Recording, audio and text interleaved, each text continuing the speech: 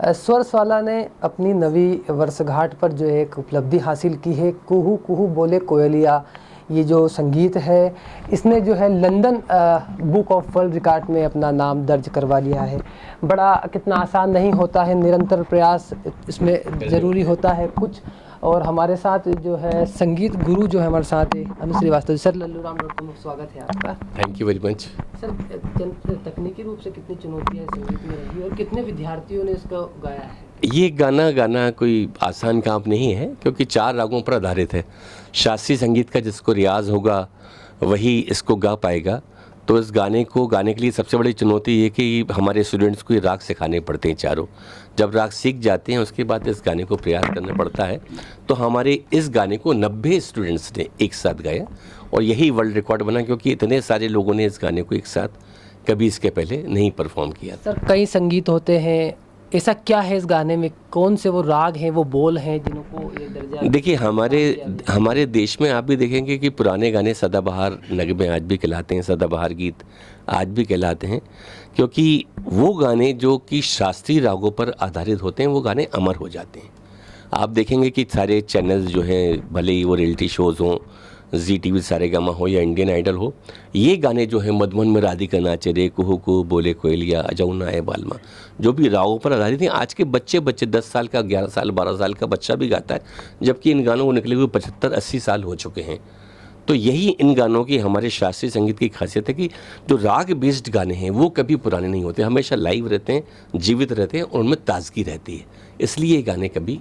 Sir हमारे दर्शकों को बताइए कौन से वो 4 राग हैं जिनमें गाने? हाँ, ये कुहू कुहू बोले कोयलिया 4 रागों पर आधारित है। जो इसकी मुख्य राग है, जो बेसिक राग जिसको बोलते हैं, वो है राग सोहनी, जो मारवा थाट पर है। और इसके बाद एक आती है राग जौनपुरी, जो कि आसावरी थाट पर है। और इसके बाद राग आती है बहार, जो कि काफ़ी राग पर है, काफ़ी थाट पर है। और यमन राग है चौथी, जो कि कल्याण थाट पर है। 4 राग हैं, तो इन चारों रागों का अभ्यास करना पड़ता है, उसके बाद ही इस गाने को गाना संभव हो पाता है। देखिए 90 विद्यार्थियों ने कड़ी मेहनत करके गाने को जो तैयार किया है। हमारे साथ वो 90 विद्यार्थी आलोक जी हैं। सर अब बताइए किस तरह का अनुभव रहा है आपका? ये इस गीत को गाने का हमको हमारे सर गुरुजी आदरणीय अनूप सर के कारण इसको सौभाग्य मिला और हम इस विश्व कीर्तिमान के साक्षी और इसमें सहभागी हो पाए। और ये हमारे लिए बड़ा गौरव का क्षण था।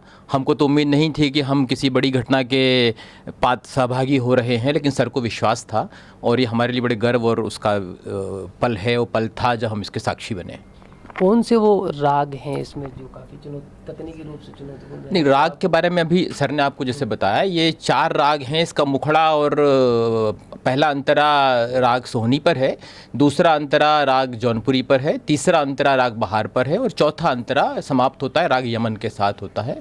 और हमको शाला में भी इन रागों के बारे में सामान्य तौर पर पहले राग तैयार कराए गए, उसके बाद इस गीत को गाने का, इसके आलाप का, इसकी तानों का अभ्यास कराया गया। देखिए संगीत कोई भी हो, मन और आत्मा को नया ऊर्जा से भर देता है।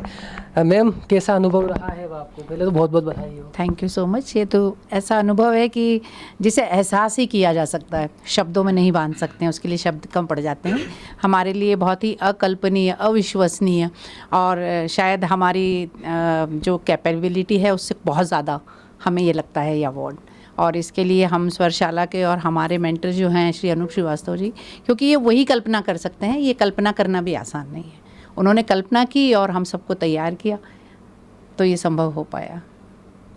कुहू कुहू बोले कोयलिया, मैम पहले तो बधाई हो आपको। ये जो संगीत है, धन्यवाद। ये इसको दर्जा मिला है London book of world record, क्या कहेंगे? हम लोग तो इसकी कल्पना नहीं कर सकते थे, पर हमारे मेंटर श्री अनूप श्रीवास्तव जी के सौजन्य से हम लोगों ने इसको पूरा किया और उनकी अथक मेहनत थी जिसमें हम सब सफल हो पाए।